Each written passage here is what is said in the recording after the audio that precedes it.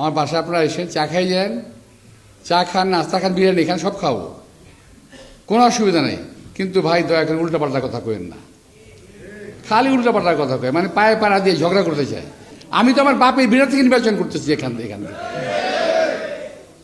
আমি আমার মাতৃভূমি বাপের ভূমিতে নির্বাচন করতেছি। অনেকেই আছে দেশে যাইতেই পারে না, গেলেই নাকি মাটি ধরে খায় ফেরত আসে, যাইতেই পারে না। তো এখন ঢাকা বাইছে নিচ্ছে। আজকে দেশনেত্রী বেগম খালেদা জিয়ার দোয়া মাহফিল, পাশাপাশি একই সময়ে আমাদের নির্বাচন।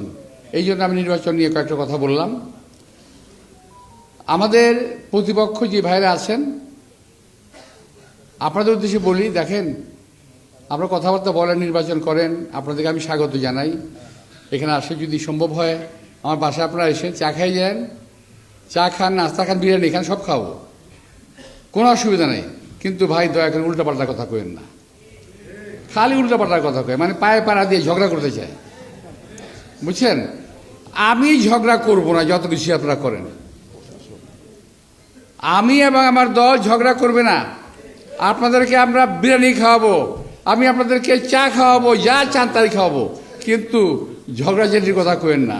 আমার বাসায় এসে আমার বইকে দেন, অসুবিধা নেই, কিন্তু পাবলিকলি কথাবার্তা এগুলো বলেন না, খুব খারাপ। দেশটাকে সংহত হতে দেন, সহ্য করতে শিখুন। শুধু এমপি হতেই হবে এমন ভাবার কোনো কারণ নেই। যদি আপনি ভালো থাকেন, যদি আপনি ভালো হন, তাহলে মানুষ আপনাকে ভোট দেবে, আমাকেও দেবে।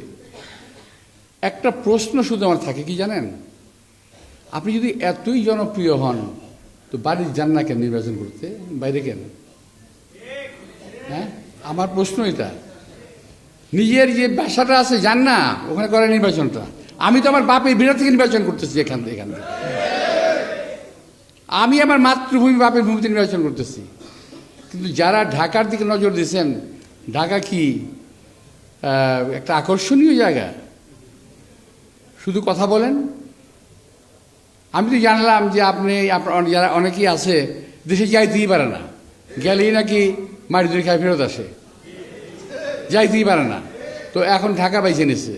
তো যাই হোক, ঢাকাবাসী অত্যন্ত বিশাল এবং উদার মনের অধিকারী এরা, আপনাদেরকে মারধর করবে না। আপনাদেরকে আমরা সানন্দে রিসিভ করব।